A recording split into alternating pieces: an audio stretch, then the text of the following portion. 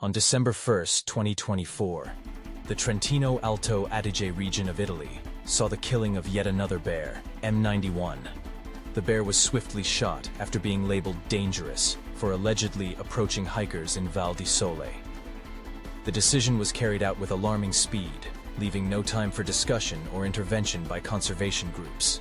This incident has further inflamed criticism of the province's bear management policies, which animal welfare organizations describe as hasty, inhumane, and counterproductive. The killing of M91 is not an isolated event. Earlier this year, a 22-year-old female and others were also lethally managed following encounters with humans. Under a controversial provincial law enacted in January 2024, Trentino allows for up to 8 bears to be killed annually, including cubs and subadults. The law justifies these actions by citing public safety, but critics argue that the measures undermine conservation efforts and ignore non-lethal alternatives. This approach follows a troubling pattern from previous years.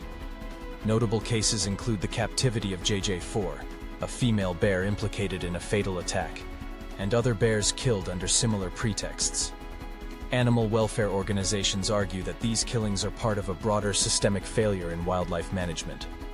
In response to these repeated killings, most animal welfare groups and private citizens from all the country have urged tourists to boycott Trentino as a form of protest. They argue that withdrawing tourism revenue could pressure the province to adopt more ethical and sustainable practices. These groups emphasize the lack of proactive measures in Trentino, such as the implementation of bear-proof garbage systems and public education campaigns. Without such measures, human-bear encounters remain frequent, often with lethal consequences for the animals. While famous organizations like Lev and OEPA and many others have used legal instruments to stop this slaughter, but the Italian government has up to now only granted some delays. In the last case, it has been impossible even to formalize a legal action because of the swiftness of the violent deed. Moreover, in the same land, there have been several mysterious deaths of bears and wolves, which have not been properly investigated and pursued. Other countries in the world have our proof of the possibility of a serene coexistence with bear populations. These nations have invested in public awareness, proper waste management, and compensation schemes for wildlife-related damages. Such strategies have significantly reduced conflicts without resorting to lethal measures. Conservationists argue that Trentino could learn from these models to align its policies with European Union biodiversity goals and ethical wildlife management standards. The continued killing of bears in Trentino raises ethical and ecological concerns.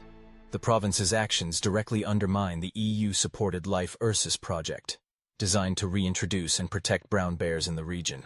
Critics stress that the current policies not only harm the bear population, but also damage Trentino's reputation as a destination that values nature and conservation. The swift killing of M91 has highlighted the urgent need for change in Trentino's approach to wildlife management.